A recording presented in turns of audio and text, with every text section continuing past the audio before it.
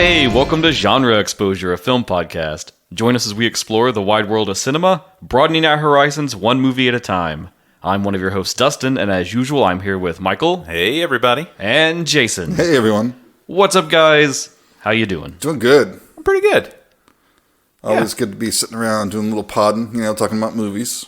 I'm excited for more musicals. Well, you're getting them. Today we are talking about... That's the weirdest intro ever. That's the only thing we got. Yeah, sure. Why not? Weird. Yeah. Okay, we are talking about Phantom of the Paradise from 1974. Brian De Palma. Yay! Finally getting some De Palma on the show. I picked a movie that I knew Dustin would like because I need affirmation right now. Well, listen, by nature, I usually rate this one a 5-star. Mm-hmm. But I tried to be a little more critical this time, just for sake of discussion. Sure. It's not a perfect movie. I agree. It was a first watch for Michael. That'll be interesting to get his take. Yeah. He's been very cagey all week.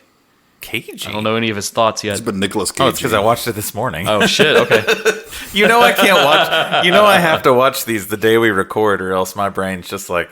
He's Mr. Short-Term Memory. He just forgets. Okay, cool. But first, we're going to talk a little bit about stuff that we've been watching. Yeah, what have we been watching? Jason? Oh, God. You got no shout-outs? Sorry I brought it up. Listen, man, I'm like 50 hours every week right now at work. Sorry I brought it up. It's not happening. It'll come Thank back you, one Michael. day. Wish for it and hope for it, and it'll be back. I guess one of us could do it. Wishing one hand, shit in the other. See which piles up first.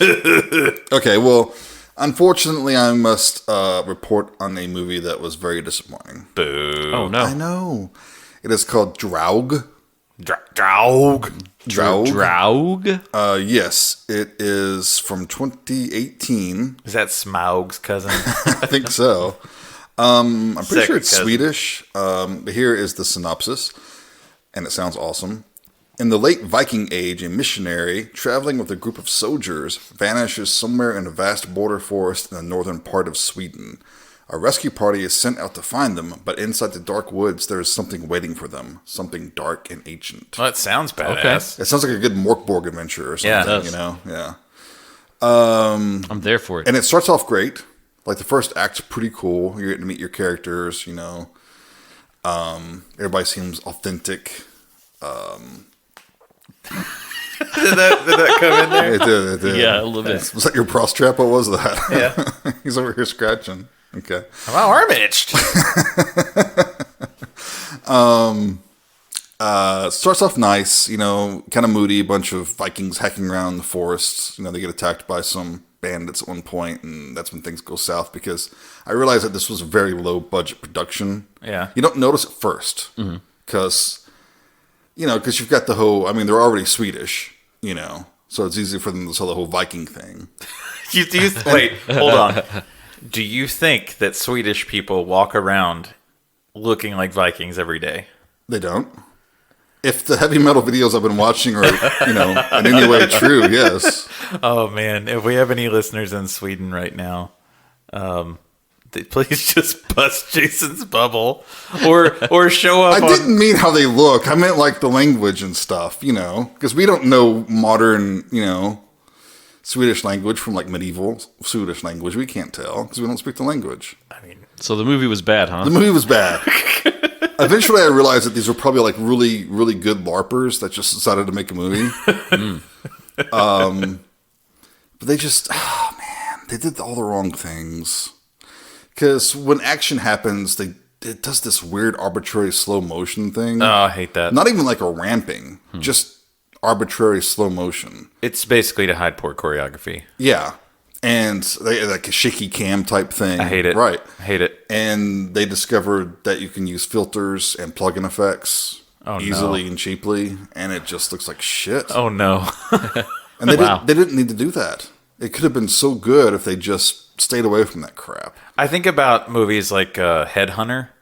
Yeah, I defend that one. But, okay. Oh, no, I do too. And that's where I'm going with it, that you don't have to do that shit.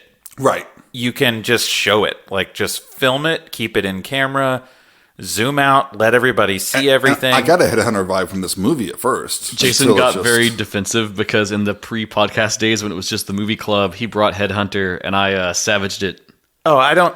in our discussion afterwards. I don't ever call Headhunter anything other than what it is. Yeah, I mean, it's basically a little too bit long of a short film. Yeah, and it's more of an art project than anything. But I enjoyed it. Anyway, go watch Headhunter instead of Draug is what I'm saying. Draug. So unfortunately, yes, I must report. I agree. That frustrates me. Zoom out. Even if your choreography's flawed, zoom out and let me see it, and I'll give you a pass. Yeah, see, Like, don't try to hide it. it doesn't need to be, especially when we're talking about just big brawny fighters, it doesn't need to be this elegantly choreographed. It's people bashing into each other. Yeah. Just, I mean, if some people, I remember some people talking some shit about the choreography in The Northman, and I was like, what did you want? He's a dude going around hacking people. What like, choreography? Half the people he kills are helpless civilians. One swing is all it takes. Yeah. You don't Yeah. have to have a big sword fight. Literally, a dude just walks up and hacks a guy down. And they're literally drugged up in the movie. You know, the whole Berserker thing. Yeah. Anyway, That's a go great watch The movie. Northman Yeah. instead. Yeah, The Hell Northman's yeah. a good one. Go Yeah. watch that. Northman is fucking great. All right, man. How about you, Michael? What'd you watch? Well, I watched one that was also kind of disappointing. Oh, no. I hope no. that Dustin watched a good one. I got us. I'll say this.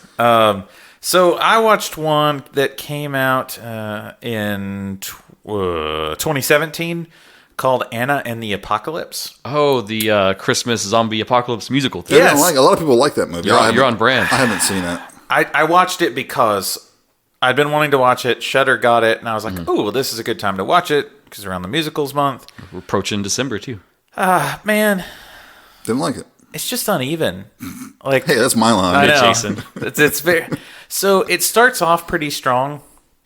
To me, the musical side leans a little bit too High School Musical for me, where there's a lot of choreography, dance moves in the high school and stuff like that. Some of the songs are catchy, and when I thought about it, like one of the big songs of the early part is called like "There's No Hollywood Ending" or something, you know, and it's basically like everybody lamenting how their life is going to be shit and they're not going to get what they want.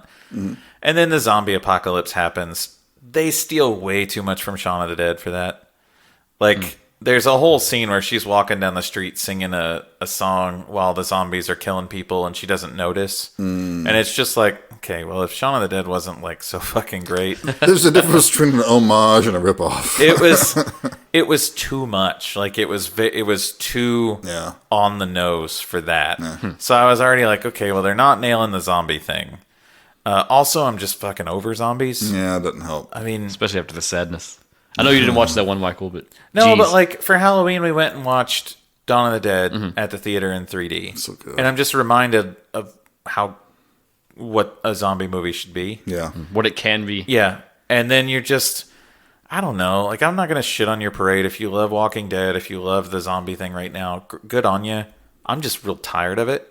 I don't think it's anything new is happening with it. No. Besides One Cut of the Dead, yeah. It's pretty much a dead genre, in my opinion. I just don't feel that Atta and the Apocalypse hit what it's trying. It's doing multiple things, and I just don't felt like it hit any of them well.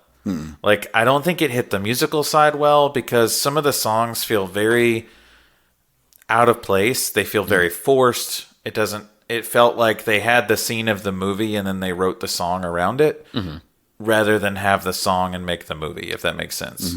Have you seen Dead and Breakfast? Yeah, I love Dead Breakfast. Dead Breakfast, yeah. Yeah, I was going to say, this isn't the first zombie apocalypse musical. Didn't we see that in the theater? Were you there with me? I was there, yes. And I actually, no shit, Kentucky. I quoted Dead and Breakfast just earlier this evening. Yeah? Because my wife was telling me about some patient she had in their hemoglobin, and I just responded with, I like hemoglobin in my mouth. And every time she says hemoglobin, I sing that. And she's like, God damn it, just stop it.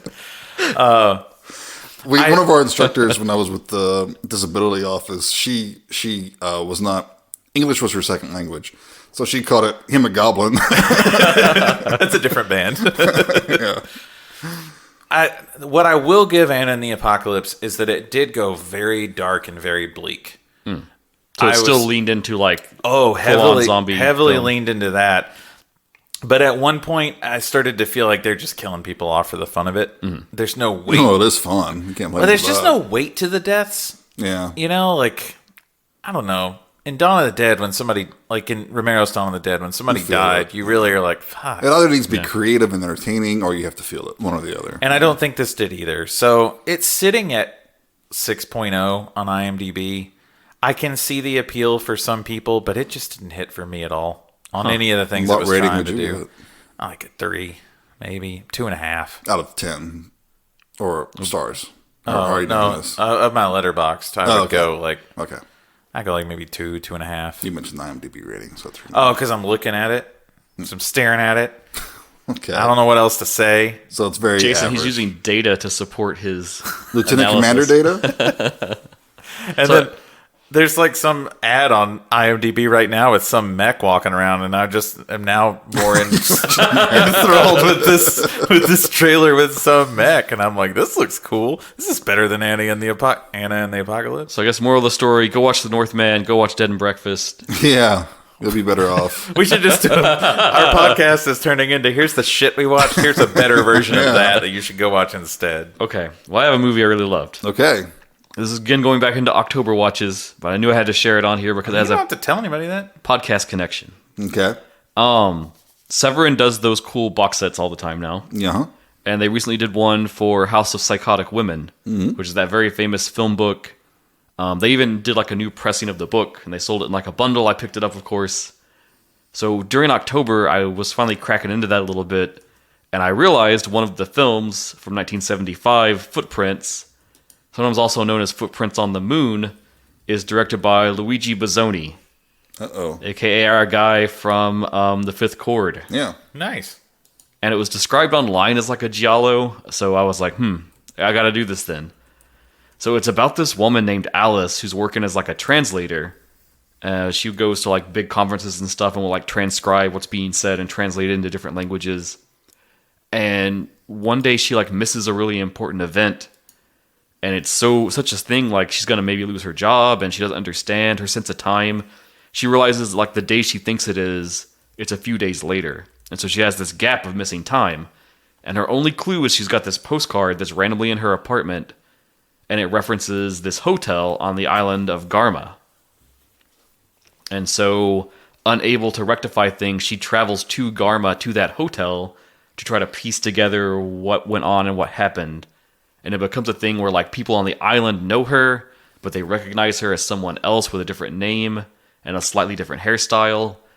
And so it's just kind of her like on this island exploring, meeting weird people, having strange interactions, and trying to unravel what happened and what went on. It's not really a giallo. I'm going to say this falls into that category of like a Suspiria or something where like if you're not such a stickler on gialli like we are, you see it's a dude who made a giallo. It kind of has some of the vibes of it, so then you just give it the pass, but it's not really. Did she happen to have a mutated little brother on her back of her head? No. Okay, just curious. Hey, I liked Malignant. I thought it was great. Yeah, you would. But this one's got like a great, like really slow, moody vibe to it. Bazzoni's still doing his trademark stuff. Like you've got everything's cast in blue at times or a stark red. Really heady, really like what's the truth? Is she have like a split personality or what's going on?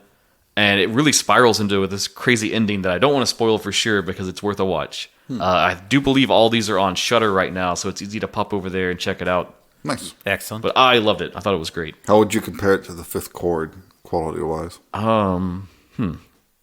It's hard because Fifth Chord has Franco Nero. Right, yeah, that's automatic, like 1 star right there. And I'll say, like, I'll always go for a giallo more than a film like this because this is much more subdued. Like, there's not many kills in it even, but what it does is so cool and impressive. And I don't know a lot of films I would say are kind of like it, so Interesting. pretty unique, pretty fun. Okay. What if Franco Nero was in it? Oh, man. That's... whew. I mean, you're gonna tempt me with that, man. I don't know. Okay. I want to talk about one other thing, trying to kick out all these holiday watches to wrap up. So, again, I do a lot of J-horror stuff all the time. No. There is a series of, like, anthology TV specials in Japan that have existed since, like, the 90s. It's called Honto ni Atta Kowai Hanashi. And in the US, it's just kind of termed as Scary True Stories. The original like special was super influential on the whole like J-horror boom with The Ring and all that stuff. And it was from the 90s, and we actually got that over here on a DVD. I think it was just called Scary True Stories, and it was just like a collection of all the shorts. I think I saw some of them. Because the whole premise of it is they would run it like every summer, and people from all around Japan would write in with like real horror, like scary ghost stories or encounters they had with like the supernatural. And then they would pick a selection and film like little dramatizations of them. So it's like just an anthology show of those letters. So recently, a bunch of these have been fan translated online. So again, this is that weird go into the gray area of the internet, but like from about like 2014 up to like 2021, there's one or two missing in between, but they've all had translations done for them by fans. So I checked out a bunch of these, and man, they're just so much fun. Each one's like a little short. Like I think each special is about like an hour 40 or so, and then they each have like 6 segments. So they're not super long, but man, so good, so much fun. I love that we now say that an hour and 40 minutes is not super long when that used to be like the standard runtime for a film. Where it's like 6 stories and it's an anthology, like you're never too much in with one thing. Yeah, you're getting like 20, 25 minutes. I thought you meant there's an hour 40 a piece. No. Oh, I was like, that's a feature film, bro. Yeah. No, it's like a TV special thing. So like it's probably like a 2-hour block, and then the commercials is the missing chunk of time. I understand now. Yeah. So they're super fun. You have to go searching for them. Is the only thing, unfortunately. Even that Scary True Stories DVD is like super out of print now and hard to find. So. Well, I'm still laughing in our group chat the other day when we were discussing what we would have done had we won that $2 billion Powerball. Oh yeah. And Dustin just immediately like, I just bring over all the weird Japanese shit. Yeah. become a distributor. Yeah. Why am I not surprised? That would be the criterion of weird Japanese shit. That would be your labels. Weird Japanese shit. And he knows his market. Oh yeah. He's not trying to be anything he's not.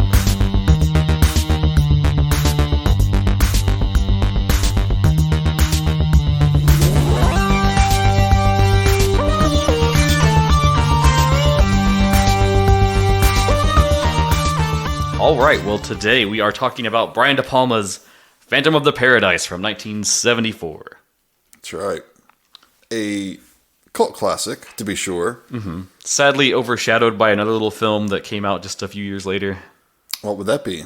It may or may not be the Rocky Horror Picture Show. Oh yeah, that little one. Yeah. I didn't really do any research on this one because I'm lazy. We get those raw feelings out of you. So yeah, that's what I'm here for. Just to rub you raw. I wondered where this fell in Rocky Horror. I mean, I guess I would have known if I'd have known what year Rocky Horror came out, but I didn't. I think the musical was going around at the time, correct? Because this came out in 74 and Rocky Horror came out in 75. I just told you I didn't do any research, and you just said I'm just saying, like, logically, I think the actual musical would have been doing the rounds while this was out. So I wonder if there was any influence, because I didn't see any of that in my research, what I did. Interesting. I mean, how could there not be? I don't know. I mean, it's also possible that De Palma never saw the other Rocky thing, Picture Show. Too, and I wanted to get into this later, Rocky but Horror Show, rather. A lot of the stuff that this film's going to as source material, Rocky Horror is also going to as source material. Yeah. With it might things just like be Frankenstein It and might stuff. just be a case of, what's that phenomena when two things that aren't connected happen to follow the same You line? mean a synchronicity. Thank you. That's Phenomena. what I'm talking about. Phenomena. Should we Is that our copyright strike for this? Probably. hit with Yeah. a synopsis, I guess? Do you have it, Jason, or should Yeah, I? sure. Here's the synopsis. A disfigured composer sells his soul for the woman he loves so that she will perform his music. However, an evil record tycoon, they could have just said record tycoon, betrays him and steals his music to open his rock palace, the Paradise. Because of course. Because, of course. Yeah, this is 1970s Brian De Palma. If you've never watched 1970s Brian De Palma, you're missing out. It is over the top, kind of crazy. I realized some things while I was watching this that I didn't think of before. Oh. I bet Sam Raimi was inspired by this movie. Do you think so? To no small degree. I've never heard him talk about it, but it would shock me if he wasn't. I read an interesting theory about this as well. I thought you didn't do any research. A tiny You're bit. reading it right now, aren't you? Guys, I just found out this interesting theory. No, I did. I I was looking up some other things, pornography, and then came across this. At least your computer's muted this time. No, De Palma and George Lucas were really good friends. Oh yeah, they were part of that whole New Hollywood crowd. And there's a whole underground group of people who feel that the Phantom is the inspiration for Vader. With that whole breathy, because this is 74 and Star and he does Wars is have like the 77. modulator to do his voice. That wouldn't surprise me one bit. And because they all collaborated, they were all bouncing ideas off each other. But like when that person suggested that, I could not stop seeing that. Like that's all I could see. You get at the whole that box point. in the front, like I mean, Star Wars would have been a very different movie. Wow. If he was the Phantom, That would have been interesting. It would be. So genre-wise, of course, we're dealing with a musical. Online, the tags I've seen this receive are comedy, drama, fantasy. I've also seen it thrown in the horror pile, but yeah. Yeah, I think if you're into horror, it's going to hit a lot of things you love. Sure. I mean, it's not a scary movie, but it has all that imagery you associate, with horror. Especially once it starts satirizing shock rock bands. Yeah. We'll get to that. So then, musically, it's definitely a rock opera. Again, I think there's elements of glam rock in this one with some of the performances, not all of them. There's also a huge horror connection having Jessica Harper. Yeah. I wish you guys would have told me Jessica Harper was in this. That's a surprise for you. Because I love her. Yeah, she's great. She does her own singing, too. I think she's pretty good. She is really great. You could tell it was her, too. Just the confidence was there. Her dancing, I'm not so sure about, but her singing was pretty good. I feel like Garrett Graham also did his own singing. He did not, actually. He did not. Oh, He did damn. not, sadly. He sold the shit out of it. But we'll get to him. So, and I'm also assuming since De Palma wrote this was written for the film, was not written for like a musical Correct. outside Right, it was of filmed this. first, It was just, Someone did put on a stage production of it later, but it was made as a film initially. yeah. I also want to point out it was produced by Edward R. Pressman, who's done a ton of horror film. Like he produced Conan the Barbarian. What about Conan the Librarian? No, not that one. And the whole Raimi connection, he also produced Crime Wave. Oh, cool. Oh, the other thing too, before we get deep into the story and going through everything, we should say Paul Williams was involved. He plays Swan, the evil record executive. I love Paul Williams. But he was also pretty heavy in with like working on the music for all of this. Yes, he did all the music. I think he wrote all the music and lyrics. And we were sang discussing all the songs. before we started recording. We were discussing the sad loss of Kevin Conroy today, and Paul Williams voiced the Penguin. And a lot of I did not know that. That's cool. true. Yeah. That's cool. Very nice. Yeah, Paul Williams was big in the 70s. He wrote a lot of hits for a lot of different people. Honestly, a lot of bands I don't really recognize myself.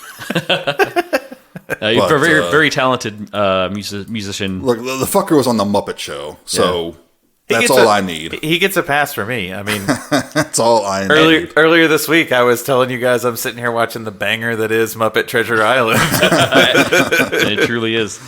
Well, we get a narration opening up this movie. It explains that Swan is this legendary record producer. He brought the blues to Britain, the Liverpool to America, and his band, the Juicy Fruits, gave birth to nostalgia rock in the 70s. And now he's looking for a new sound so he can open up the paradise. And do you know who did the introduction? No. I have a funny story about this, but go ahead.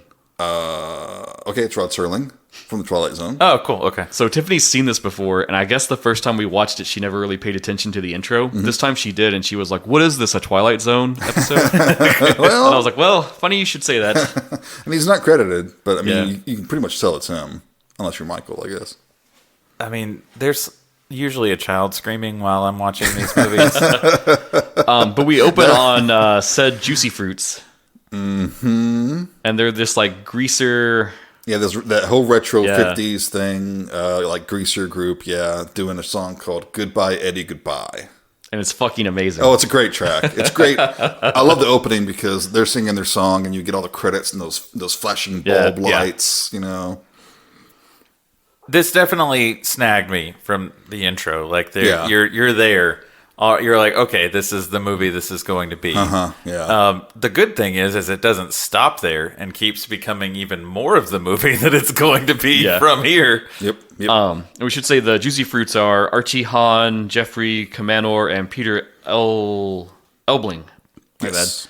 I read a funny note about this too, where I guess originally De Palma wanted to get actual like rock stars to play these three characters, and I don't know how far it got. And I have it in my notes here somewhere, but they talked to like a few different bands of the time that were popular, and I don't know how far it went. But his final assessment was that he didn't want to work with them because it was too hard to deal with directing a rock star. I can buy that.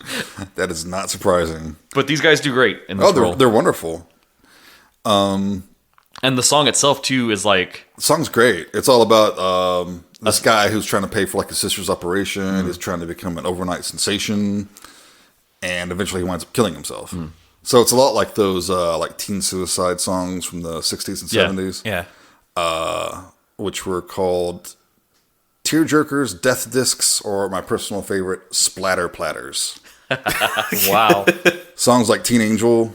True. Yeah, okay. McDinning and Leader of the Pack, Shangri-La's. That's another great example. I like it too because like another connection I think this has with Hedwig is a lot of the songs are just songs that were made in the universe of the story. So they're not really like telling you the plot so much. No. Although I think there is some foreshadowing. Yeah, the lyrics of the songs kind of give you like metaphors and ideas that eventually pay off. Yeah. Because Winslow, who we are about to meet, wants to become big. He wants to record his opera and everything. Or cantata, I guess he calls it. And spoiler, he winds up killing himself, but we'll get to that. So above watching this performance in this little like secluded booth is Swan, who we don't see yet. No, we don't see him. He's off screen. And he's with his like, it's like Toady, his right-hand man. Yeah. Philbin, played by George Mamoli. And This dude has so much fucking charisma. Yeah. And I like how he's talking right into the camera. He's talking to Swan, but he's like talking to us. Yeah. He's telling a story about one of their ingenues that kind of turned her back on them. And Yeah, she got famous and then broke away from their label. yeah. And he don't like that. And it's interesting because Swan is so cold, and you don't even really know him yet, but he's just sort of like, what do you want me to do? Yeah, like his voice is soft and calm. And he stops Philbin from talking when he hears Winslow playing on his piano. Which we've seen Winslow kind of milling about during the song. He's like pasting up a flyer for himself. Yeah, putting his name over the Juicy Fruits. Yeah. You can tell he doesn't hold them in very high regard. So he plays a song called Faust, which is actually sung and written by Andy Williams. And Swan says that he wants the music and not the man. Because Philbin's like, what do you want with that jerk? You know, Yeah. So, I don't want him, I want the music. Because Winslow, played by, help me out here, who played Winslow? William Finley. William Finley. Yeah, he's like, tall, gangly, kind of dorky looking. I like it too because the song, like, it is like an adaptation of a part of the story of Faust, but the way he delivers the performance, like, you can tell, like, it's very personal to him. Yeah. And something about it, like, resonates with him very deeply. It's also very 70s. It's a very 70s song. Not in the bad way, exactly, but... So after his performance, Philbin comes to talk to him and says, like, hey, Swan dug what you were doing. He's interested in your music. He wants that song. And then Winslow's like, well, no, I've got like it's a whole big, what is it? Cantata. Cantata, yeah. And it's the entire story of Faust is this musical production. Yeah. And Philbin's like, what? Give me a couple of the catchy songs, all right?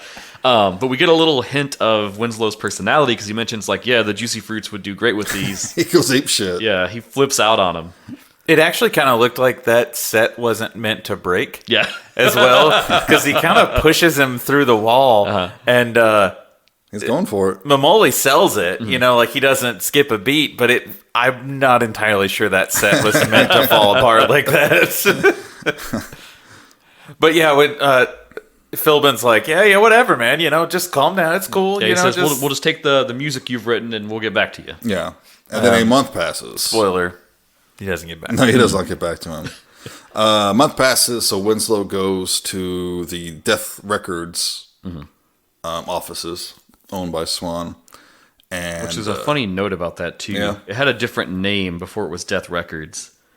It was going to be Swan Song Records. which was already Led Zeppelin, right? Yeah, they got into a lawsuit, a threat of a lawsuit, and they had to dive out of that. Did they not know that? I mean, we're talking about, this is like 73 when this movie is getting prepped and stuff. I mean, Led Zepp's pretty big. You think someone would have said, oh, hey, wait, they've already got it. Anyway, whatever.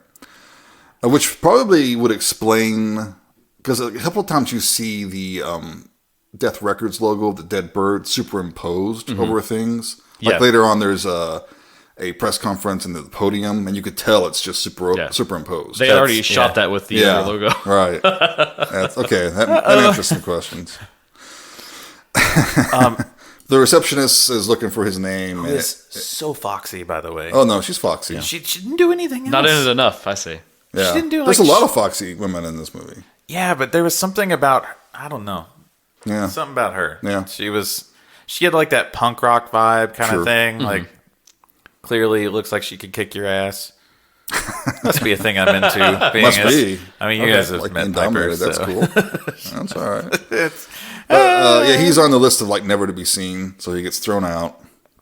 So he decides to sneak into a audition that's going on. Yep.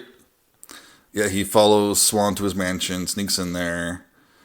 There's like a line of girls lined up all around the steps and everything, and they're all like singing his music. And it's most of them great because terribly. they're all off key, and he's just like walking up the steps. But he comes across one who's singing pretty decently, and it's none other than Jessica Harper. Who's playing Phoenix? Phoenix. I was hoping you would do that. Phoenix. And of course, you all know Jessica Harper from Shock Treatment, the sequel to the Rocky Horror Picture Show. Yes, of course. But also other many interesting horror films. Such as? Well, Suspiria, for starters. Oh, right, yeah. Both of them. True.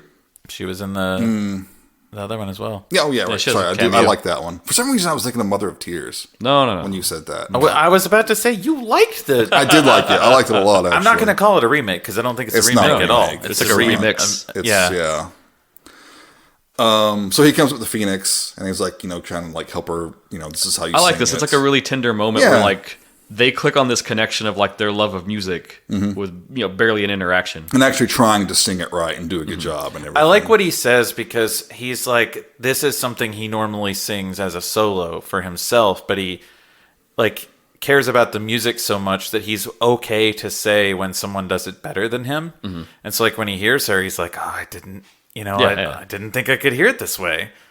And she's like, "How did you know this music?" So I wrote it.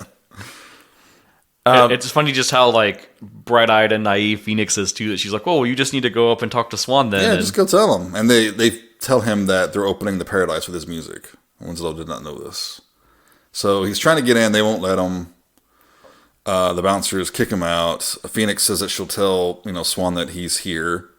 But, and this is over the top representation of the whole casting couch thing. Yeah. But they just take girls into this room, throw them on the couch, and Philbin jumps on them. And there's just girls like waiting in line for this to happen. Yeah. And I know that thing happens a lot. And it's a horrible thing, but the way it's portrayed here is just so. It's like the satire of it is even more cutting than if they just filmed it straight. Well, this film has Yeah, some choice words about the record industry for sure. Oh yeah, I think yeah. you have to make sure that you understand that this is satire and it Yeah. is really poking. I'm not going to say poking fun. It's just prodding at the whole Oh yeah, industry. it's pointing out and- what's wrong with the industry. Yeah. And then the '70s was a whole different beast than it is now, but it's still pretty much the same thing. But Phoenix isn't having any part of that. No, she storms out. She Yeah. screams and she's I came here coming to out, sing. Yeah. trying to get her clothes back on and everything. But at this point, Winslow has snuck back up. Yep, disguised as a woman. Yeah. yeah, there's this harem of women on this huge rotating round bed, and they're all making out and stuff. There's a camera up there, and one of them says something how like Swan likes to watch them do that. That they're auditioning right now. yeah. And I love it because Winslow's like got his face away from the camera and he's mixed in and you don't even notice him at first. Right. Yeah. And then he just like flips his head up. he's in disguise. Was he though? Well, and then Swan comes out and tells his men to get rid of him. Pretty harshly. Yeah. Swan calls the cops, and two cops show up outside. Winslow's beaten up, kind of half conscious. So they plant some drugs on They him. plant some drugs on him, and he goes to jail. He gets a life sentence in Sing Sing prison. And here it really gets heightened. This is what made me think of like Sam Raimi, Yeah. especially with Crime Wave, the whole Edward R. Pressman Association. There's also some for 74. A lot of things to say about the prison industry already. Yeah. That you're like, well, shit, we're still there. Yeah. Yeah, I like that the prison basically just exists to like do the back end work for the record label. Yeah. That when Winslow is lined up and brought in with the other inmates that are there as like fresh meat or whatever, he's informed that they are all volunteers for this experiment, this program that Swan is doing, where Winslow says, "I'm not a volunteer. I'm innocent. How many of you are innocent?" And then the warden says, "Who else thinks they're not a volunteer?" The little dude that's standing next to him cracked me up because he's just standing there with his arm up, like, "Yeah, I'm innocent." He looked like an early version of Pedro from Napoleon Dynamite. And all these men have to have their teeth removed. Yeah. I guess for science? I don't fully understand that one. I think that's to drive the narrative of the Phantom having the metal teeth. Yeah, which is awesome. I remember it's supposed to decrease infection among the inmates. Oh, right. Sure, makes sense. So then we time skip, 6 more months, right? Yeah. And he's like working this production line in They're the making prison. tiddlywinks. Yeah. And you see he's got metal teeth now. For some reason, he's the only one. Well, this the actor that plays Winslow, William Finley, is got to be like 8 feet tall. Anyway, and he's just towering over everybody else on this production line. And some guards like listening to the Juicy Fruits, right? Doing Faust. Yeah. Yep. And he loses his shit, attacks him, runs out the building. And this is where it gets really cartoony. Somehow he gets in a truck in a box. And the box is going down the street, and the truck is going down the street, and the box comes out the back of the truck, and he's in the box, and he just kind of like, burst out. It's so hyper stylized. I just read this book with my son, The Berenstain Bears in a Box. It's like in a box on the back of a truck, off the back of the truck. And I was like, hey, I know this one. And see, Jason, Legend of the Stardust Brothers, their biggest inspiration was Phantom of the Paradise. Yeah. So then you look in that one and some of the goofy shit they do. I think like this is where they're pulling from some of it from. Interesting. Definitely Swan. Oh yeah, with the record producer guy. Is definitely, you can see that heavily. Yeah. So Winslow goes to Death Records to destroy all the albums that are getting pressed. And I love how frantic this scene is, where he's just like racing through the halls and the camera's chasing along behind him. It's great. It's everything's kind of wide angled and weird looking. I feel like they told him just break everything. Break everything. But some guard says, "Hey, get away from there," and startles him. And he gets trapped in the pressing machine, and the Juicy Fruits Faust record gets pressed up against his face. And we don't really see the outcome, but he's clearly very injured. Like you can't really talk. You hear him going and shit like that. Half of his, as he's kind of stumbling away, you see half of his face is kind of melted, and he's also been shot in the leg apparently by the security guard. Which I have a note about this. So there was like a pre-release version of the film, like a press print, where they sent outlets to get reviews and stuff. And this scene was different. It was longer. And you actually get to see his full face all disfigured and steaming with smoke coming off of it. And then the cop that runs up on him and shoots him, he actually kills that cop. No, wow. To get away and flee. They kind of softened it a bit. And you actually see him getting shot in the leg more clearly to know that's why he has the limp later on. But then they ended up removing that because they thought it was better to hold the reveal of his face until the very end when the mask comes off. Yeah, I could see that. It's not necessary. I mean, he got messed up. I don't know. Like, I still feel like I saw more when he's crawling away than I did. You don't see the eye and everything, though. Yeah. And apparently that was a real record press. Yeah. They put like a thing on it to make it like safe to not hurt him. Yeah, they put like some chucks in there or something. But it was still so much it was like smushing though, so you actually had to time it to jump out anyways. Which is weird, because I was looking at it thinking, is that really how records are pressed? Apparently it is. Which again, 70s filmmaking. Yeah. That's getting dangerous. Neat. I was upset that he was breaking it because there's a shortage of record presses currently. Yeah, this is true. I was like, how dare you? That could have been operational. Considering Swan, though. Yeah, it's true. He probably had a bunch more laying around, or who cares about the music? So then we get like a spinning paper that tells us that the Paradise is about to open and that Winslow was believed to be dead after an escape attempt. Yep, he's a small little he's like a article bird. down at the bottom. Yeah. So Winslow, we see, it's a POV, but we're sure it's him. He breaks into the Paradise. There's a rehearsal going on. Now it's the Beach Bums. Yeah, they've been rebranded as like a surf rock. It's the same guys, but they're the Beach Bums now, with the Juicy Fruits. Yeah, they're like the surf rock Beach Boys type thing. And we see Winslow stealing like a cape, costume, like the bird mask. He's taking those items. And he puts a bomb in the Juicy Fruits car. They got this fake car on the set that's supposed to roll out and stuff like that. And they're doing the song Upholstery. Now, I have to talk about this song for a minute because I think this is like one of the most brilliant moments of the film. Mm-hmm. Because what this is, it's the melody of Faust, but they have morphed it into this total like pop surf rock song with just these vapid, shallow lyrics that take all of the depth of the Faust song and all its like deep things about like wishing for friends and someone you can have your life with and your regrets and all the demons and everything, and then you come to Upholstery and it's just like a song about how the best things in life are hanging out with your girl, and you got problems like you lost a fight that you should have won, and your car's messed up, and this kind of sounds like modern country music. Well, it makes me think of just like how shallow so much pop music is. Oh yeah, it's very shallow. Yeah, but I mean, it's for escapism for most people, so it's going to be shallow, but at the same time. And then that it exists off the back of like actual talent that's getting squashed out in the process. Right. And we get one of De Palma's patented split screens here. Oh, yeah. And it looks so cool. Yeah. So we're following the car as it's going around, getting to the front of the stage where the Beach Bums are doing their song. And like one of the singers comes back there and he's talking with Philbin, isn't he? Yeah. How like you don't feel good and something's wrong. So he just pours all these drugs down his mouth. Tells him to go back out. He has a thing about like horoscopes, and he knows that this is bad for the day. Yeah. And also another neat thing about like Winslow that you notice a thing of his character. He sets the bomb so that the ticking is to the tune of the music. Oh right, of course, yes. And also I had a note about this scene too. The whole split shot thing. Apparently, De Palma said he did it as an homage to Orson Welles' opening from Touch of Evil from 1958. Okay. Which, I mean, he's used that in other films, too. Sure. So I'm sure it was a thing he really loved. So the bomb explodes. Kills a bunch of people, we presume. We don't really see the fallout of this. The Beach Bums kind of get out of the way, I guess, because the dude's so freaked out. But, like, the extras, the dancers that they have on the car.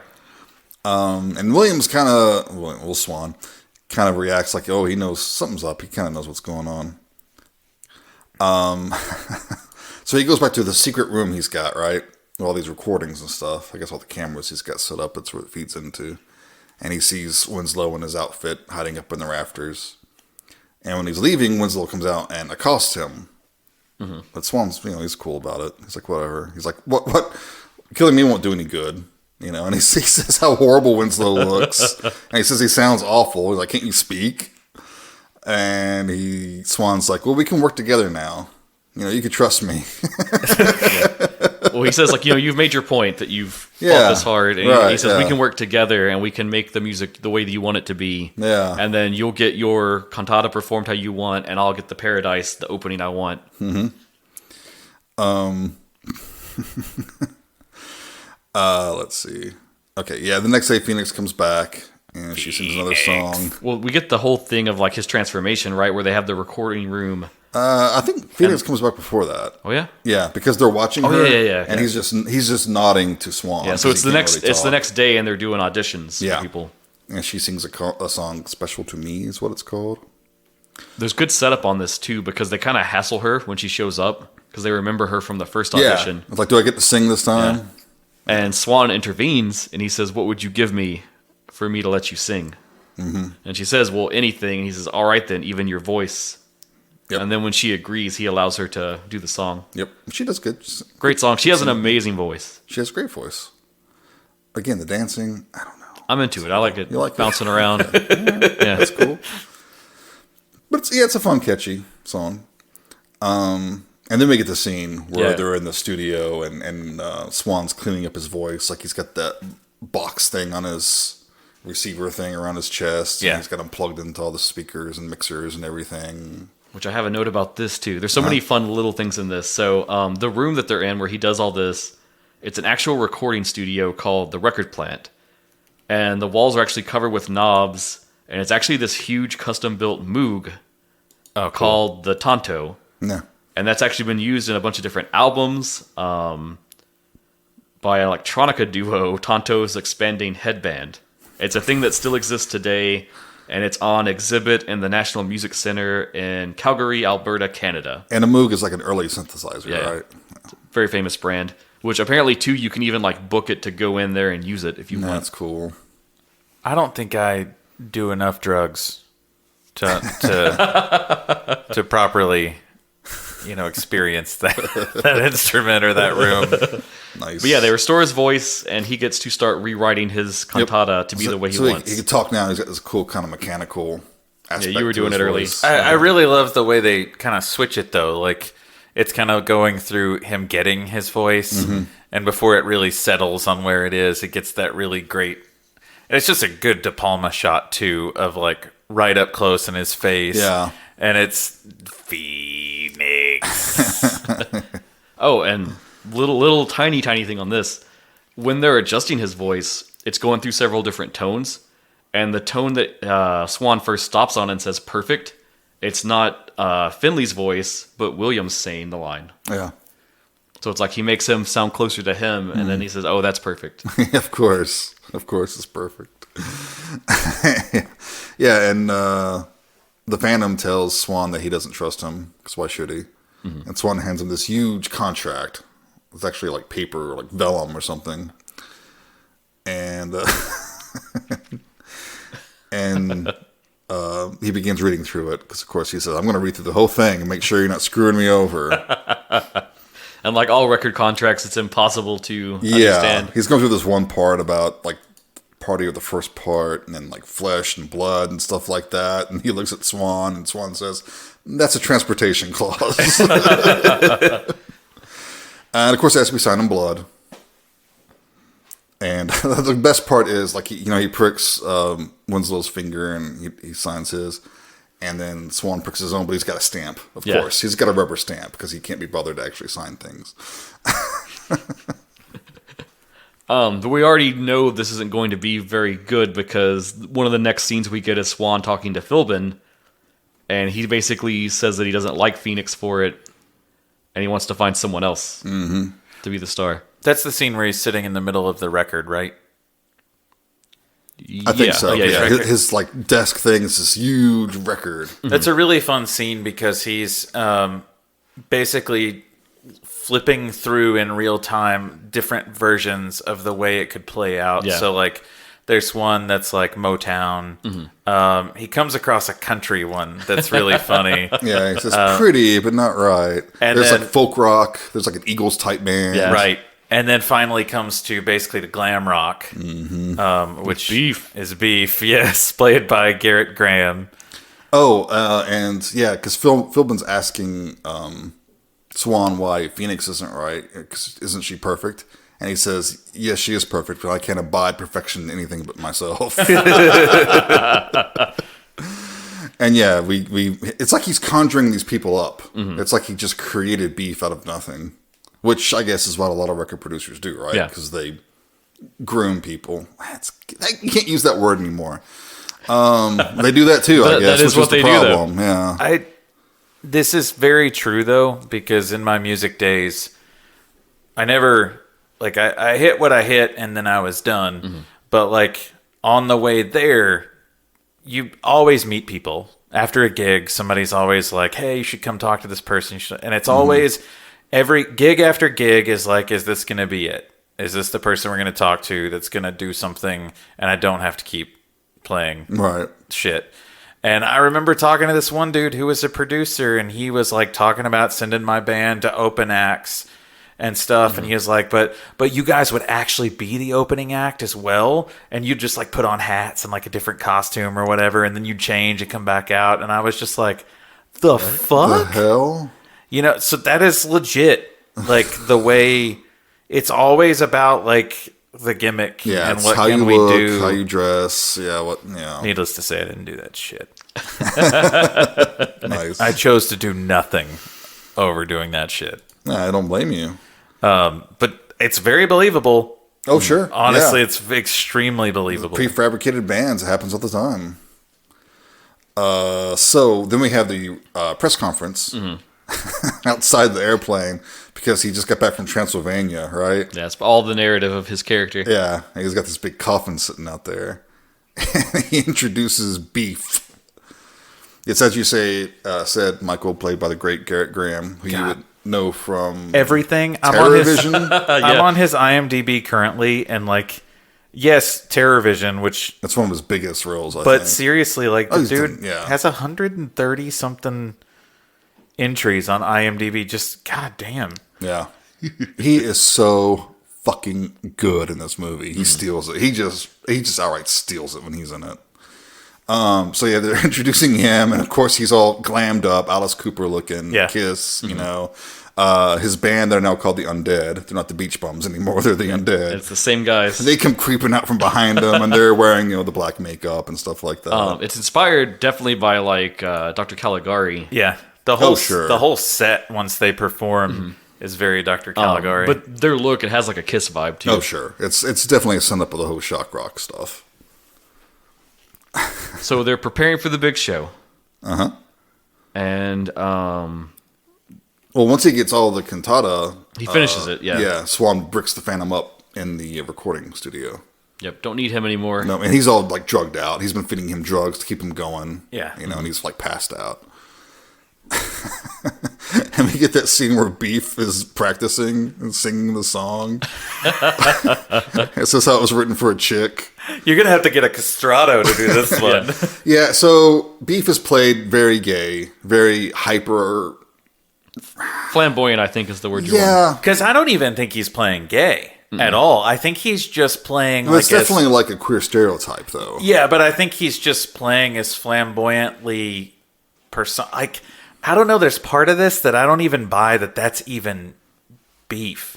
Like, Beef is almost like this character that Garrett Graham plays is another character layered on top of another character. Like, I don't really... Well, Beef is obviously a persona, because the real, whatever his name really is not like Beef. Mm-hmm. And that's what I'm saying. Like, that persona almost feels still over the top. Okay, so that's not even really him. It probably is. The real him is probably the one that was wanting to go home to Cincinnati to his mother later on. Yeah. But it all still feels, even the way he acts when he's not on stage as Beef still feels like a gimmick. Yeah. But yeah, the way he does it, he speaks very effeminate, and I think mincing is the word. The way his performance goes, but it's so over the top. Like, I don't know if it's insulting or not. I don't think it's meant to be insulting. I don't think so. No. I don't think it's meant to be saying, haha, laugh at the gay people. I don't think so either. I don't get that impression. And I think it's all about tone and how it's played. And it's like when you look at these now, you're always like, ooh, I don't know. But the way it's played, it's so, I don't know. It definitely does. It doesn't feel offensive. Maybe I'm wrong. And maybe I wouldn't know. If someone were to tell me I'm offended by this, I would say for sure. I would happily say, yeah, absolutely. Yeah. But I didn't get that because I felt like the tone wasn't there. Right. I didn't feel like it was mean at all. Plus, Beef's also probably one of the... Like, he's a very short screen time, but we kind of get to know a lot about him in that short screen time. He's probably, next to Phoenix, probably the most innocent character there. Right. Yeah. No, but the way when he's screaming this thing, like he's trying to sing it, I guess. But when he turns and he's just like, you're going to get a castrato to sing this one. It's outside of my range. And the guy singing for Beef, the vocals, is Raymond Lewis Kennedy, who apparently actually wrote some of the Beach Boys songs. Oh, wow. Oh, yeah. But so Beef is going with it, right? And there's that scene where he like flips over, and he's on his back, and he's trying to get up. He's got like those platform shoes, and he can't get up. Phoenix is sitting there laughing. Yeah. But it's like, even you still don't know if it's part of the gimmick. Mm-hmm. Like, Graham is so good in this. Yeah. He's so good. So he goes to shower off, right? I think. Yeah. And the Phantom wakes up. He found himself sealed in. He realizes that, I've been tricked again. I shouldn't have believed that, dude. God damn it. And he lets out this big scream. And Beef hears the scream. And it unsettles him. And he goes to Philbin and tells him, something's wrong here. Something's not right. This is where he's wearing those antlers on his crotch, right? Yeah. That's the only thing that I thought was going to be foreshadowing that didn't play out. Oh, right. Because he's like, De Palma zooms in on him like poking Philbin in the belly with those. You think someone's going to get impaled with on those crotch antlers. Yeah. And I feel like that was a missed opportunity. Cool. So then Beef goes to take a shower. And he's like snorting a lot of coke. Yeah. And he notices that one of the ubiquitous cameras is on him. And he just gives the camera this look like, oops. And then we kind of get a homage to Psycho. Yeah. Yeah. Because he's practicing this. He's singing the song while he's in the shower. And we see the form of the Phantom coming through the curtains. But instead of a knife, he has a plunger. Yeah, I love it because he just pops it right over his face. Honestly, I think I'd take the knife over the plunger, really. Well, Depends on how recently it had been used. yeah. Hopefully it was a very clean plunger. I don't think so. And he tells him, don't sing that song. No one sings that but Phoenix. I'm going to kill anyone who sings that, any of my music. He says, anyone that tries, dies. Yes.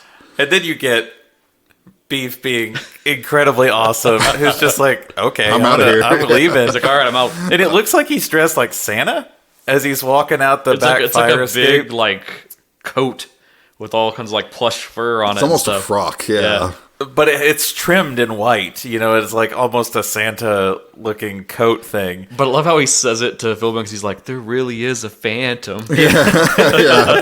Philbin catches him trying to sneak out. He's like, hey, where are you going? He says, to Cincinnati, to my mother's. They drug him up, Yeah. take him back inside. Because Philbin's like, oh, yeah, there's a Phantom, yeah. And Beef says, I know, what was the line? I know drug real from real. So, yeah, he gives him more drugs. But as this is happening, the intro is kind of starting inside. For the show, yeah. And it's super killer. Oh, it's fantastic. I would see this show in a heartbeat. Yeah, it's the song Somebody Special Like You.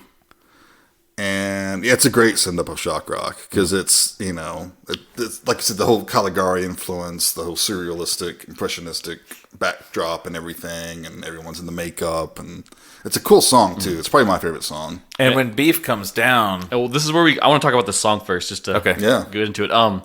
It's talking about building, like, the perfect man. And this is where you get kind of the Rocky Horror vibes a little bit. Yeah. But I love what they do because they kind of approach the crowd. They have, like, a part of the stage that juts out around them. And they do this whole mock thing where they've got, like, plants in the crowd. And their instruments all have, like, blades on them, like knives coming off. And they start, like, stabbing people and taking body parts that they're bringing back to the stage. Yeah. Because they're assembling what's supposed to be beef. It's a great bit. Yeah. That'd be really cool in the real concert. It's really effective. It's super Alice Cooper. Oh, yeah. Like, so vaudeville. But yeah, once they get all the parts to the stage... Oh, yeah. Like, there's this big cage, like... Yeah, it's the Frankenstein thing that they start lowering down from the rafters. But it's a really fun scene because as they're lowering that from the rafters, you see the Phantom on the other side of the pulley. Yeah, he's going going Yeah. up the rope and stuff, yeah. But no, when Beef comes out of that, that's just such a cool... It's great. It's like the best song in the whole He does film. a song called Life at Last. Yeah. He goes And hard. he's going crazy. He's going nuts. And the guy singing it's doing a great job, too. I even love it, too, like, when he first gets out, he, like, makes himself very stiff.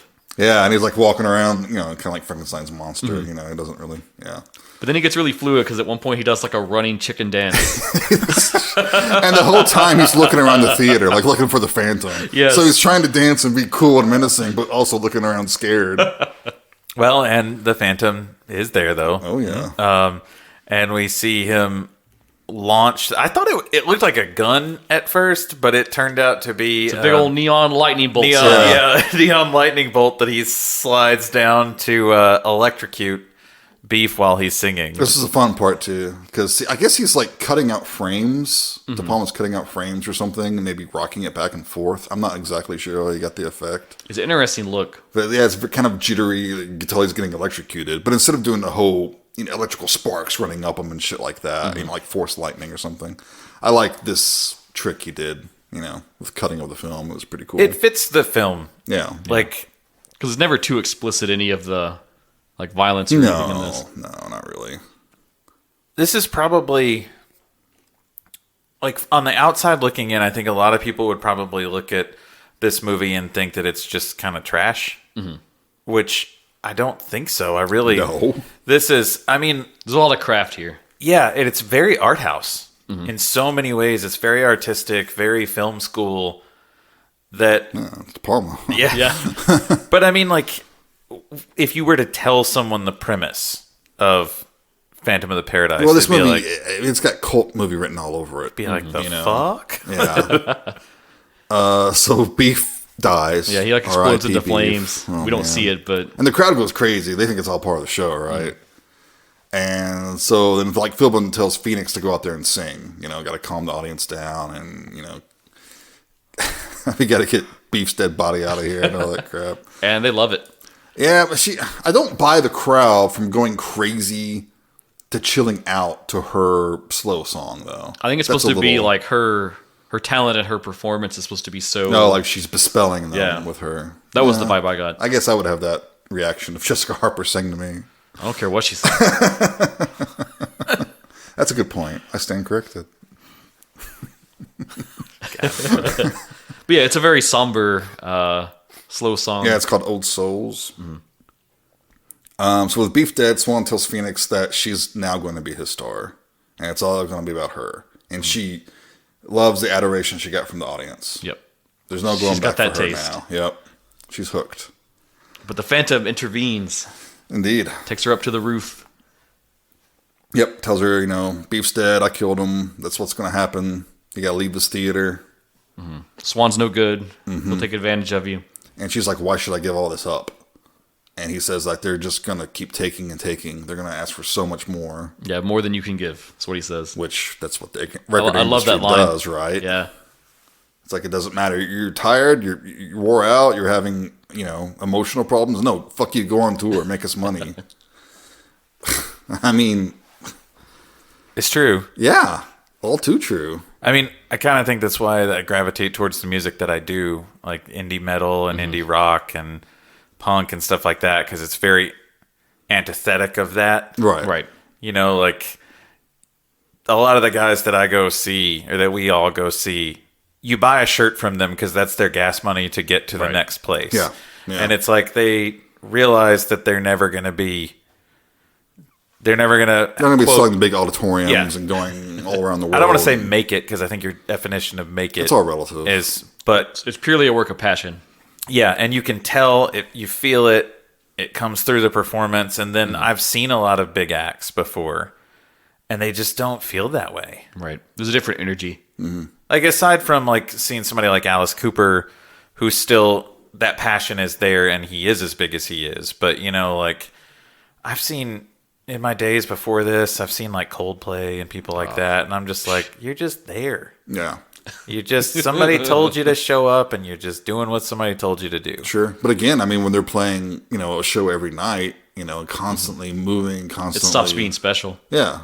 You know. And, I mean, they're being taken advantage of. That's the only way they're going to make their money, because Yeah. they don't get anything, especially these days, from record sales. They don't see shit from that, you know?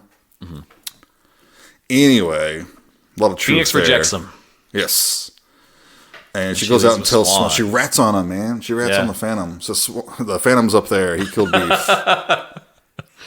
It's a sad moment because, like, well, you can tell she's just being seduced by all Sure. this power. Yeah, right. but- Why wouldn't she be? And he did just kill a man. Yeah. There's that. And it was Beef. Well, he did warn him. He did warn him. You're right. So then we cut to the Phantom crawling around Swan's mansion up on top, looking through a skylight, and he catches an intimate moment between Phoenix and Swan. Yeah, we get the sad moment where Swan cucks him. Yeah, totally. He knows he's there. He's like recording him and everything. I love it because he has a camera on himself and Phoenix, but he also has the camera on the roof on the Phantom. Yeah. It's such a non-intimate moment. Yeah. It's so... You can tell, too, like, she's high out of her mind at this point, too. yeah. Oh, yeah. Throughout the rest of the movie, she's just out of her mind on blow or something. Yeah. But he is overcome with, you know, jealousy and rage and pain and despair. He decides to end it all. Yep. Plunges a dagger into his heart. Phoenix. But he doesn't die. It's the power of love that keeps him. No, Don't need money. Don't. it's that damn contract. It's a damn contract. Swan shows up. Should have read the fine print. Always read the fine print. It's the power of love, man. That's why we don't have any sponsors. we We used- don't have anything. Prescribed Films is awesome. They just let us do whatever we want as long as we keep putting out episodes. We don't right. know, actually. We don't know what happens if we don't. I don't know. I don't want to try. I like doing this. So Swan tells the Phantom he can't get out of this contract that easily. It'll just be Jason from the Attack of the Killer podcast or whatever, just showing up. Hey guys, you okay? Just wanted to check in on you. You feeling all right? Swan shows him a clause in the contract that says this contract terminates with Swan. He tells the Phantom that if he dies, meaning Swan, that the wound will open again and the Phantom will die. Which the Phantom tries to stab Swan as well. Yeah, nothing happens. And he says that he's got his own contract. Yeah, I'm under contract too. Yep. So this is where we actually get, like, it's been teased on to this point, but now there's actually some sort of supernatural thing going on. Oh, yeah. In the mix of this story. And also we should probably mention that a couple of times we hear Swan's voice recorded here and there, and it sounds weird. It sounds almost like demonic, like twisted. Distorted in some way. I know it's not something that's supposed to happen, but it does happen. Oh, they also never let anyone take any pictures of him, like the press and stuff like that. So anyway, so then we get another newspaper headline that Swan and Phoenix are getting married at the Paradise. Yeah, it's a Rolling Stone cover, isn't it? Yeah. Buy 5 copies for his mother. Sorry. And meanwhile, the Phantom's been doing a little digging. He's snooping around. He's intrigued now about this other contract. And he finds Swan's secret stash of... porn.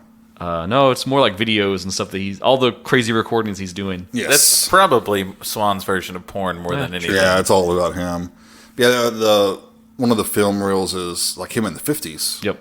And he's in the bathtub, he's getting ready to kill himself. And notably, he looks the same. He looks the same. And he's talking to the camera, and he says, yeah, I'm going to end it all because I don't want to get any older. I don't want this face, to rot. And he's filming it because he's a narcissist. Yeah. But then his reflection starts to speak to him. That's odd. Doesn't usually happen to me, but whatever. Depends on how much blow you're doing, I guess. That's drug real is what it is. Yeah, and the reflection says, hey, you just signed this contract, you never grow a day older. Yeah, it gets a little Dorian Gray here. Yeah, because it says that film will age. Like your image on the film's going to age, but you won't. So keep that film safe. If anything happens to it, your history. Yeah, it's a devil, so he signs a contract with the devil. Surprise, we've been building up the whole Faust thing. Yeah, wow, I'm so shocked. Spoiler. And we also learned that he learns that Swan made a contract with Phoenix as well. Yep, and she's drugged out of her mind, and he makes her sign it. She doesn't even know what's going on. And then does he also get like the conversation with Philbin where there's like a live camera he's watching, yeah. and Swan's talking to Philbin saying that he wants Philbin. Well, they hired an assassin. He's talking to another assassin, to shoot Phoenix during the ceremony because Philbin's going to officiate. Mm-hmm. And it's going to be the greatest television event ever. Yeah, because he says that's entertainment, live assassination on TV. So the Phantom destroys the film. Yep, he starts setting all of his films on fire, all of his tapes. He rushes off to the Paradise to try to save the day. Yep. So he gets there, and the wedding's like a big stage show, but it's not really a song so much. They're just kind of like dancing and stuff like that. But I love the shots of this where it'll like cut to the performance, then it cuts to the Phantom just breakneck running through the halls of the Paradise, trying to get there in time. It's pretty cool. Even though he's supposed to have a limp, but Yeah, it's all right. Adrenaline. Yeah. I'll tell you what it was, Dustin. It's the power of love. Yeah. If I've learned anything from Huey Lewis in the news. True. I learned that you're just too darn loud. So he gets there just in time to kill the assassin. Well, the assassin takes the shot. He takes a shot, but hits Philbin right in the freaking head. A fitting end for him. Yep. And chaos erupts. The Phantom swings down. Very epic moment, too. Grabs the mask off of Swan, and Swan's looking all icky and decayed and Freddy Krueger-ish. It's the Dorian Gray thing. The aging is catching up to him now. Right. Except apparently when he ages, his just fucking face falls off. That's how he ages. That might happen to some people when they get older. I don't know.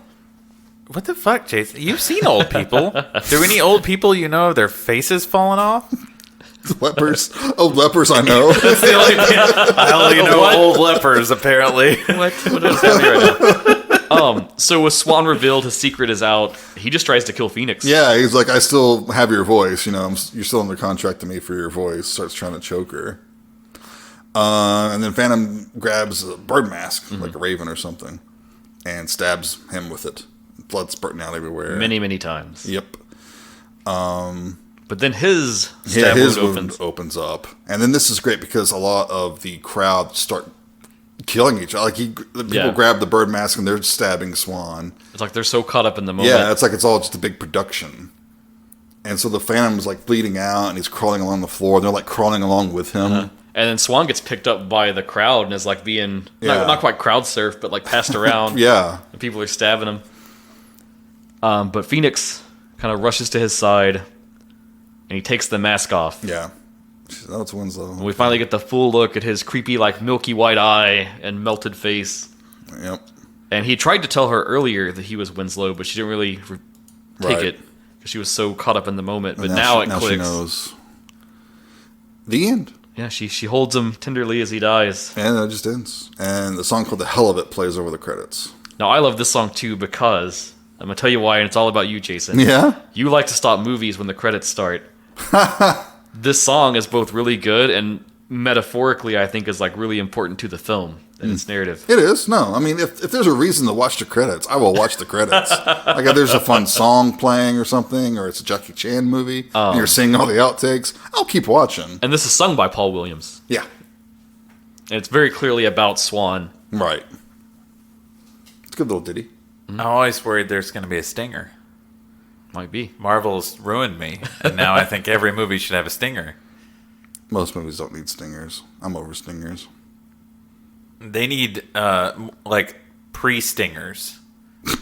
You know, like the Captain Spaulding thing. You know, how about if you got something important to tell in your movie, you put it in your fucking movie?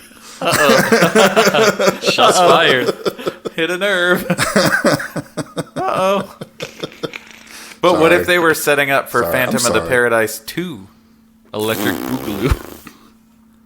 I think that we'll find out that did not happen. Where there was another contract within a contract, and that they both come back. Now this movie tanked at the box office. Surprise! It made no money except you probably know this one place where it was unusually popular in Canada, in Winnipeg. And they kept it there for quite a while. It played for like, what, 6 months or something? Yeah. For some reason, this one town loved this movie. It's a happening place. That's where we need to go. I think there's a documentary about it, right? Yeah, there is. The Phantom of the Winnipeg or something like that. I haven't seen it. Me either. We should go. Make the pilgrimage? Yeah. I want to make the pilgrimage and go see the Honto thing. Yeah. I just wonder why it resonated in this one town. It's interesting. Well, I mean, it resonated with us. True. But yeah, this movie super flopped. I have a bunch of other fun notes. Let me rifle through them. Please. So I think I hit all the connections of other things. Obviously, Phantom of the Opera, Faust, Frankenstein, Dorian Gray. There's a little bit of Cask of Amontillado in there, just in them breaking him up in the recording studio. Right. Try to get him out of the way. There are a lot of musicians that love this film and have definitely drawn things from it. Notably Daft Punk, like they straight up in interviews will name check this film. They say it's their favorite and that it was a foundational movie for them as far as building the artistry of their performances and stuff. Well, I definitely see that now. Yeah. And then notably Paul Williams composed some stuff that was on one of their albums. So, or he was a guest, I don't remember. I think he was a guest, yeah, one of their albums. What else do I have? Let's see. We hit a lot of this along the way, which is cool. Sissy Spacek worked as a set dresser for the film. That's right. Who would, of course, later be in Carrie, De Palma's so film. Another De Palma connection there. Nope,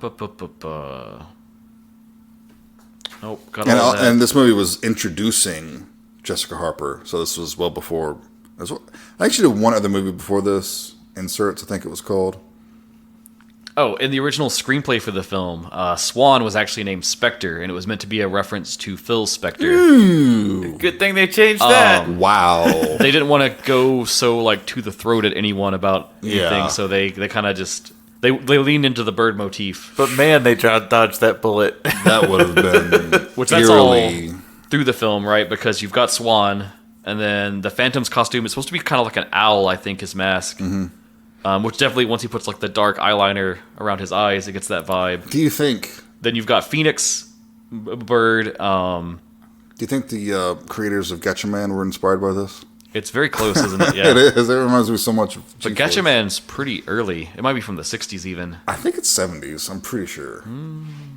We'll get into that later. I know Jason might not get this, but the mask is also very reminds me a lot of the Court of the Owls mask Yeah, from the Batman Yeah. storyline. 72.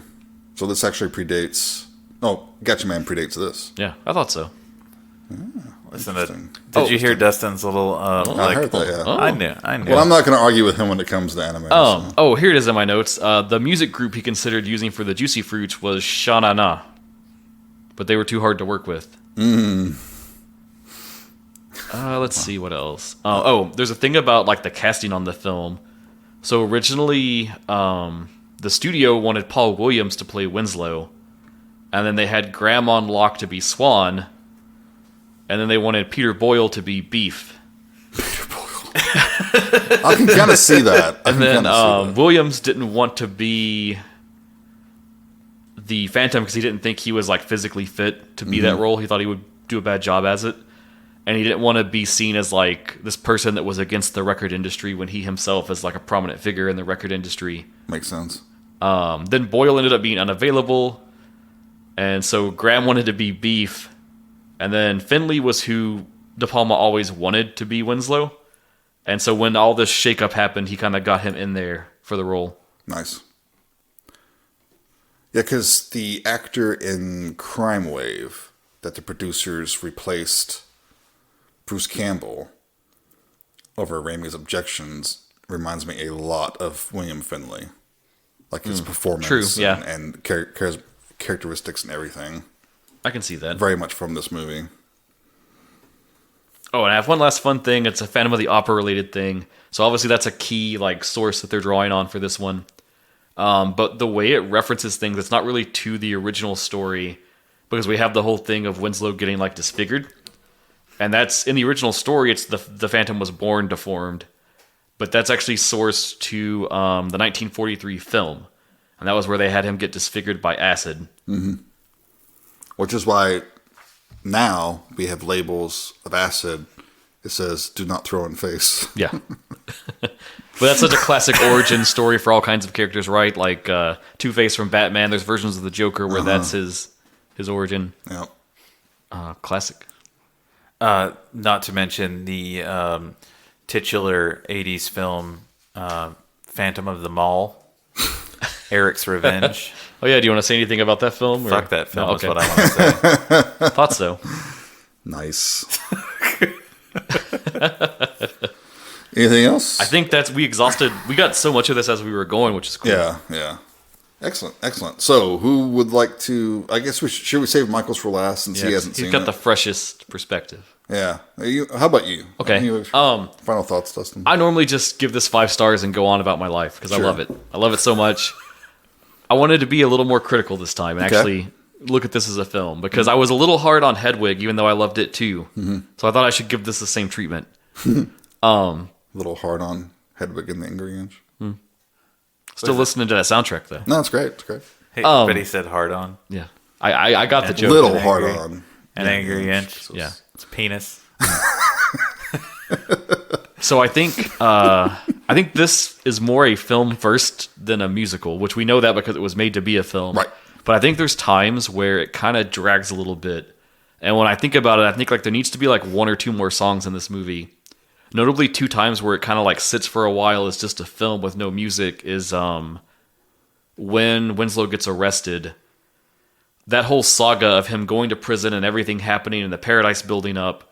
We don't get another song until he's already the Phantom and he's stalking the beach bums. Yeah, there could have been like a song in prison or something like that. And then kind of once they cast Phoenix and are going to get Beef, that's a long segment of like the interactions of the Phantom and Swan, and then Swan picking Beef, and then them kind of promoting him.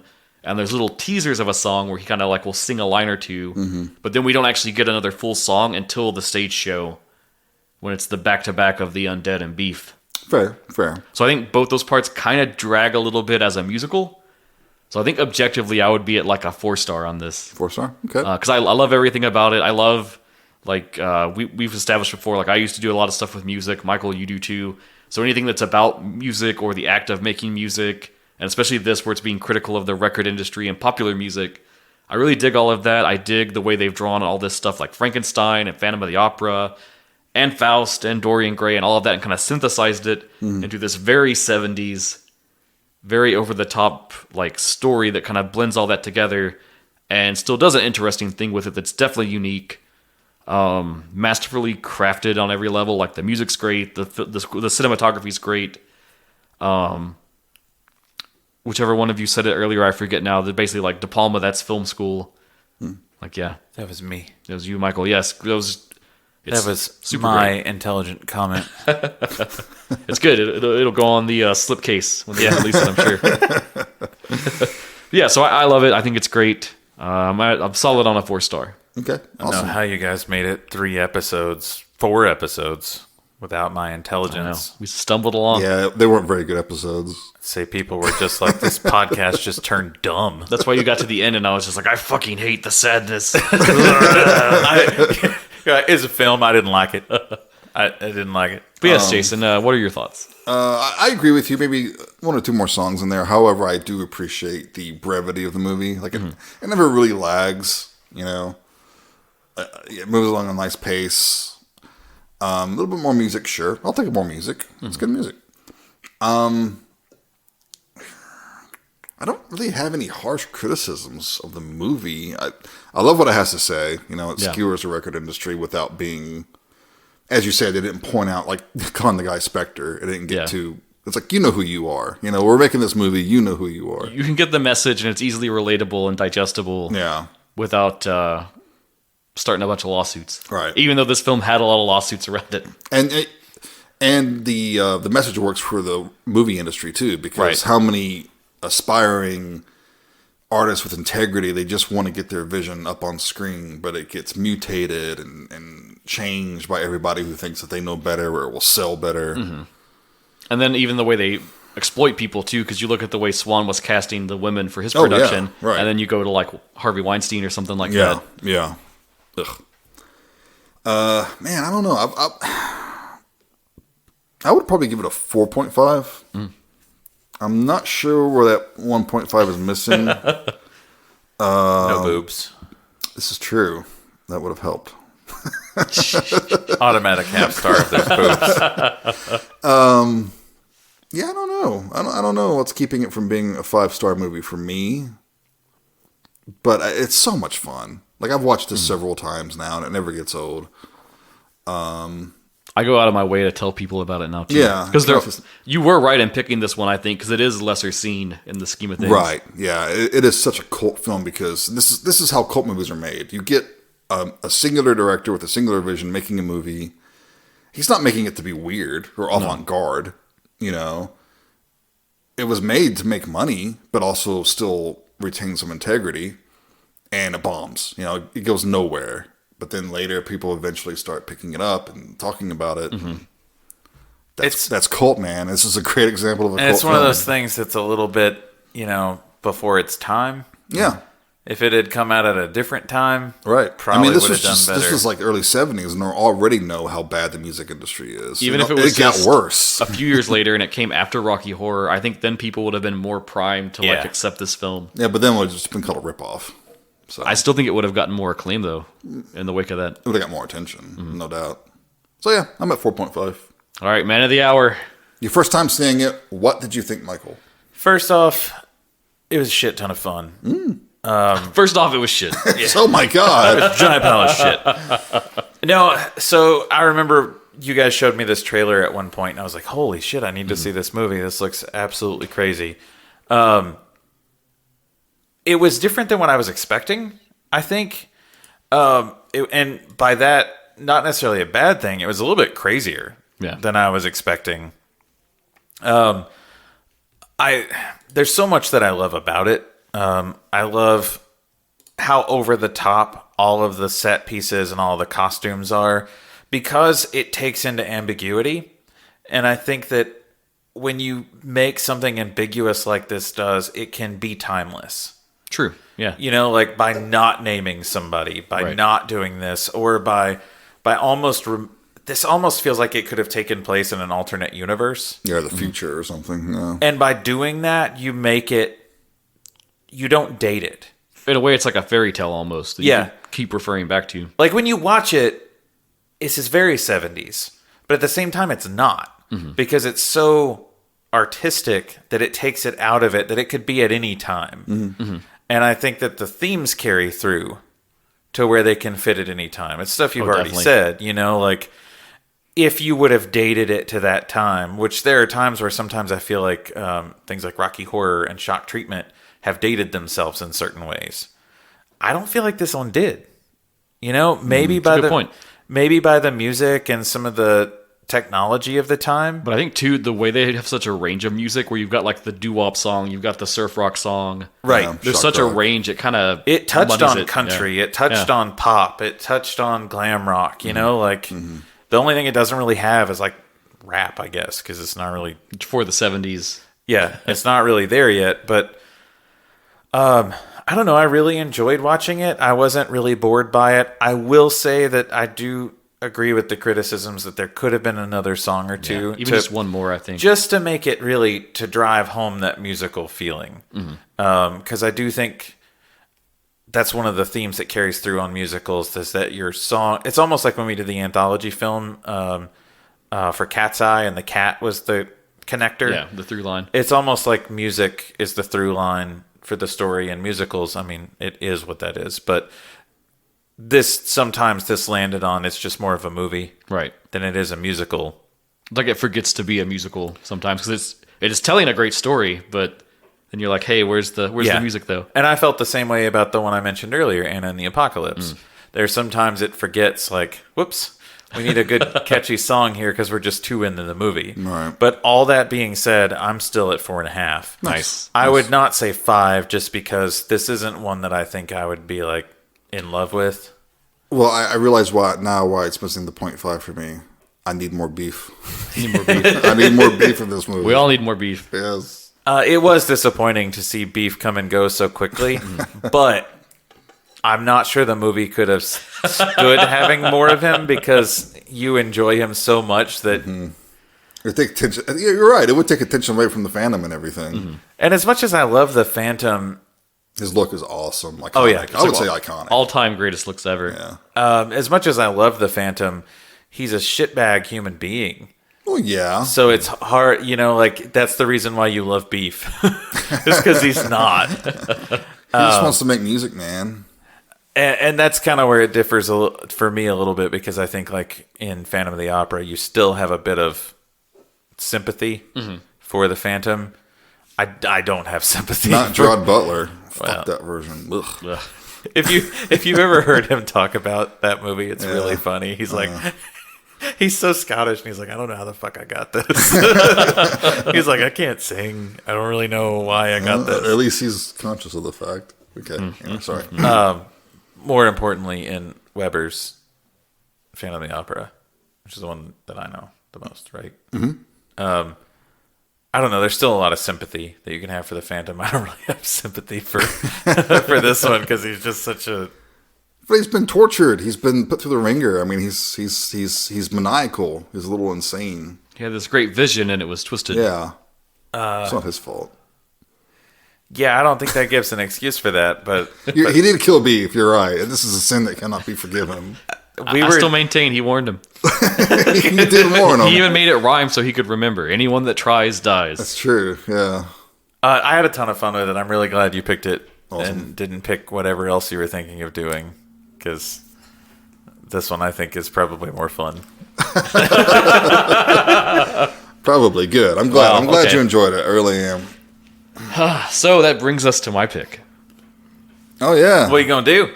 Well, You got to finish this off. I also was torn, much like Jason, with two options. I realized as we were going, we've had two musicals that are both about musicians and trying to be stars and famous and all that kind of stuff. Yep. And there's a little movie that I need to get vindicated called Legend of the Stardust Brothers, which if you're a regular listen, you know it was going to be the first episode of the show before it got vetoed.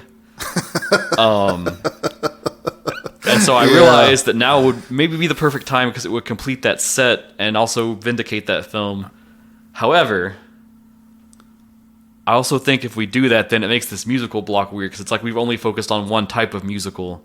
That's true. And so that's a little weird too. So I'm going to go with my other issue I need to resolve, which is that we've not talked about Shion Sono this year Well, you have. as a film that we have yeah, covered. right. Okay, yeah. And when you know it in the range of the many genres that he has covered, he too has done a musical. Of course he has. So we are going to be talking about 2014's Tokyo Tribe, which is a live-action dystopian martial arts rap battle musical Okay. based on okay. Japanese manga. Is there some sort of weird, iffy website we probably shouldn't go to? We have to go get this? Or? I like that you said that because normally that is what happens with me. It's Uh-huh. either it's on a streaming site or you have to jump right to being a pirate. However, It's on Prime Video. it's on Prime and you can rent it for $1.99. Oh my god. I never ask people to rent stuff on this show. I'm asking you to rent this one. This seems a little too mainstream for you, Dustin. I don't know about this. It's going to get crazy. Just buckle up.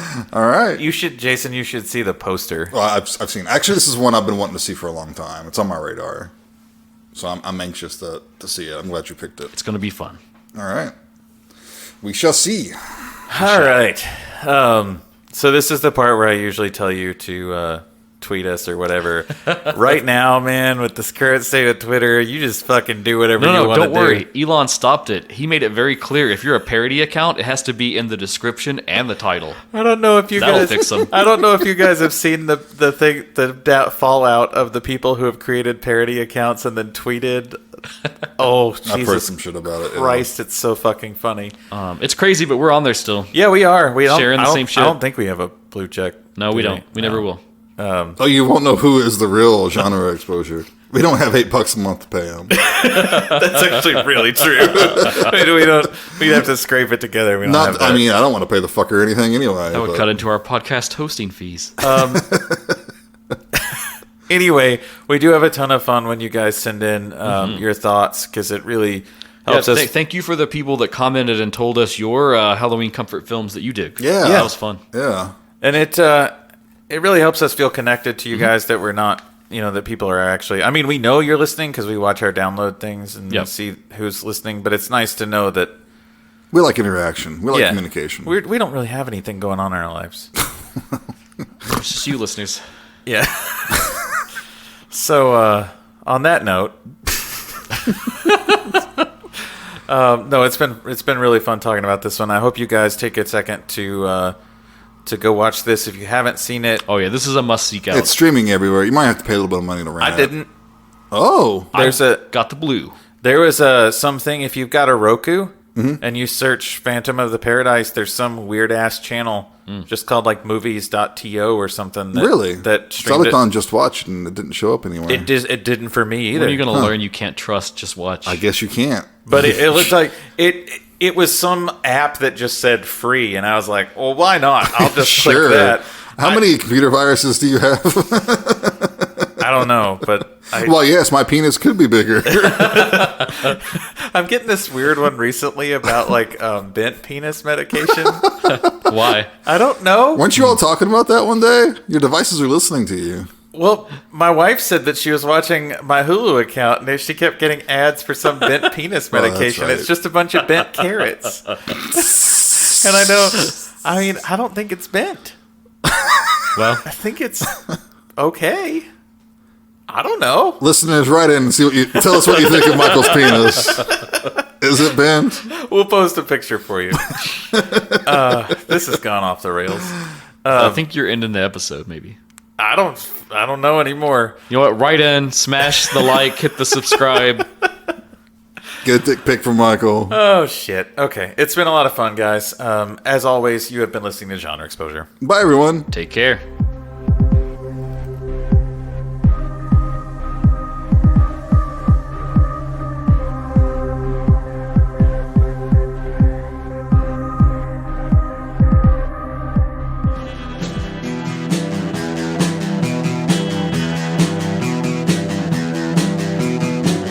You're listening to the Prescribed Films Podcast Network, home to hundreds of hours of free podcast entertainment.